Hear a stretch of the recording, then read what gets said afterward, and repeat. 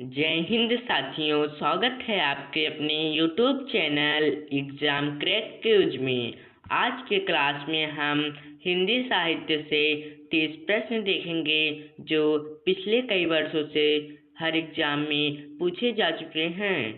इसलिए इस वीडियो को शुरू से एंड तक जरूर देखें और अगर आप चैनल पर नए हैं तो चैनल को सब्सक्राइब कर लें ताकि वीडियो का पहला नोटिफिकेशन आपके पास जरूर पहुंचे। पहला प्रश्न है, हिंदी साहित्य का प्रथम काल कौन सा है? क्या कि हिंदी साहित्य का प्रथम काल कौन सा है? तो आपका राइट आंसर हो जाएगा ऑप्शन सी। क्या? ऑप्शन सी, आदिकाल। अगला प्रश्न आपका होगा, आदिकाल को और किस नाम से जाना जाता है? क्या कि आदिकाल को और किस नाम से जाना जाता है? तो आपका राइट आंसर हो जाएगा ऑप्शन बी। क्या? ऑप्शन बी, वीरगाथा काल। अगला प्रश्न आपका है,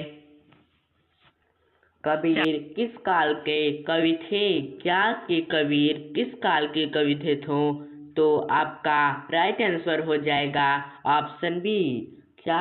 ऑप्शन बी, भक्तिकाल। कबीर भक्तिकाल के कवि थे। अगला प्रश्न आपका हो जाएगा, रामचरितमानस के रचयिता कौन हैं? क्या कि रामचरितमानस के रचयिता कौन हैं?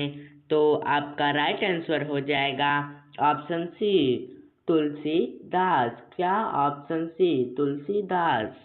अगला प्रश्न आपका होगा, छायावाद के 4 स्तंभों में कौन नहीं शामिल है?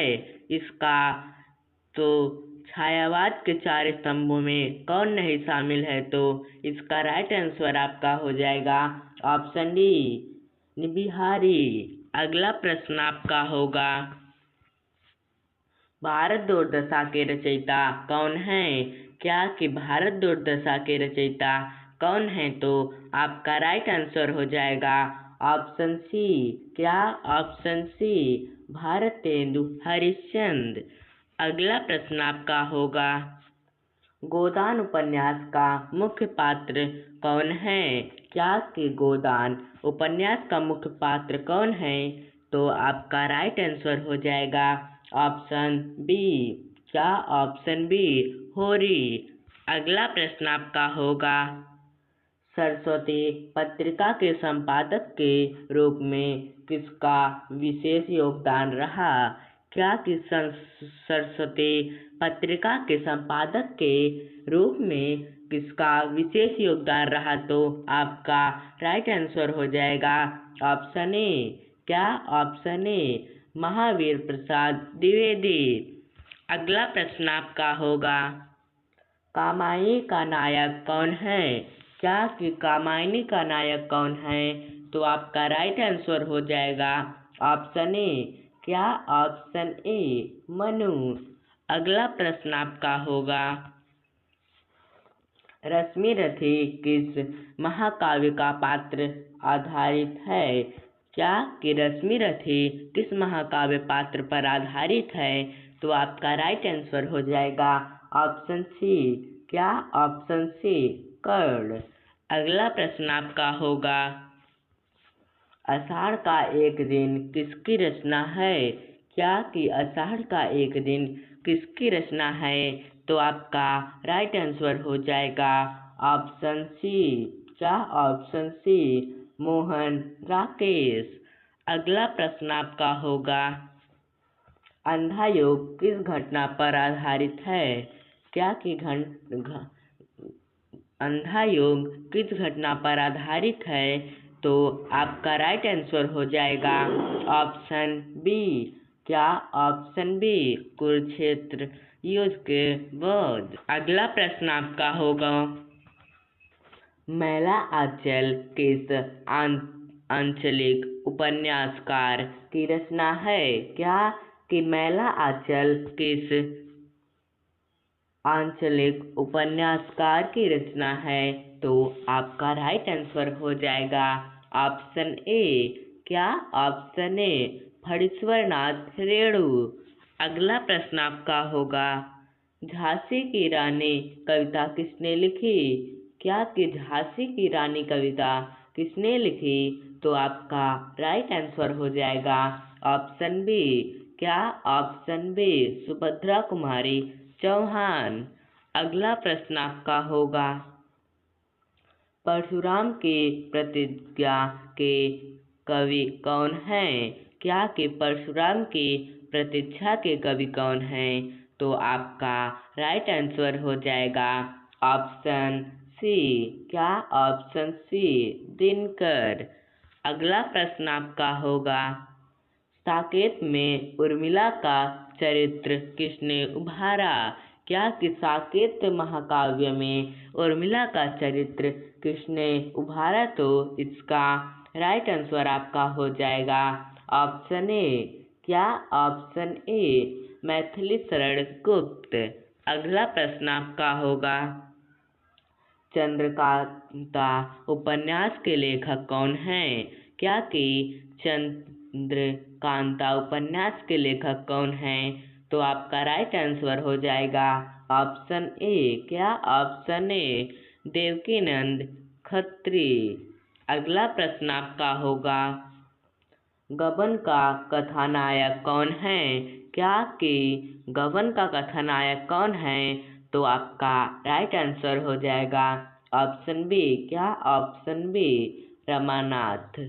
अगला प्रश्न आपका होगा, नदी के द्वीप किसकी कृति है? क्या है कि नदी की द्वीप किसकी कृति है? तो आपका राइट आंसर हो जाएगा ऑप्शन ए। क्या? Option A, Agyeya. अगला प्रश्न आपका होगा, तीसरी कसम कहानी का मूल नाम क्या है? तीसरी कसम कहानी का मूल नाम क्या है? तो इसका राइट आंसर आपका हो जाएगा ऑप्शन सी। क्या? ऑप्शन सी, मारे गए गुलफाम। अगला प्रश्न आपका होगा, हिंदी साहित्य का इतिहास किसने लिखा? क्या है कि हिंदी साहित्य का इतिहास किसने लिखा? तो इसका राइट आंसर हो जाएगा ऑप्शन बी। क्या? Option B, Ramchandra Shukla. अगला प्रश्न आपका होगा, आधुनिक हिंदी साहित्य के जनक किसे कहा जाता है? क्या कि आधुनिक हिंदी साहित्य के जनक किसे कहा जाता है? तो आपका राइट आंसर हो जाएगा ऑप्शन ए। क्या? ऑप्शन ए, भारतेंदु। अगला प्रश्न आपका होगा, संस्कृत के 4 अध्याय के लेखक कौन हैं? क्या है कि संस्कृत के 4 अध्याय के लेखक कौन हैं? तो आपका राइट आंसर हो जाएगा ऑप्शन ए। क्या? ऑप्शन ए, दिनकर। अगला प्रश्न आपका होगा, कविता क्या है, निबंध किसका है? क्या है कि कविता क्या है और निबंध किसका है? तो आपका राइट आंसर हो जाएगा ऑप्शन बी। क्या? ऑप्शन बी, प्रसाद। अगला प्रश्न आपका होगा, साहित्य का उद्देश्य निबंध किसने लिखा?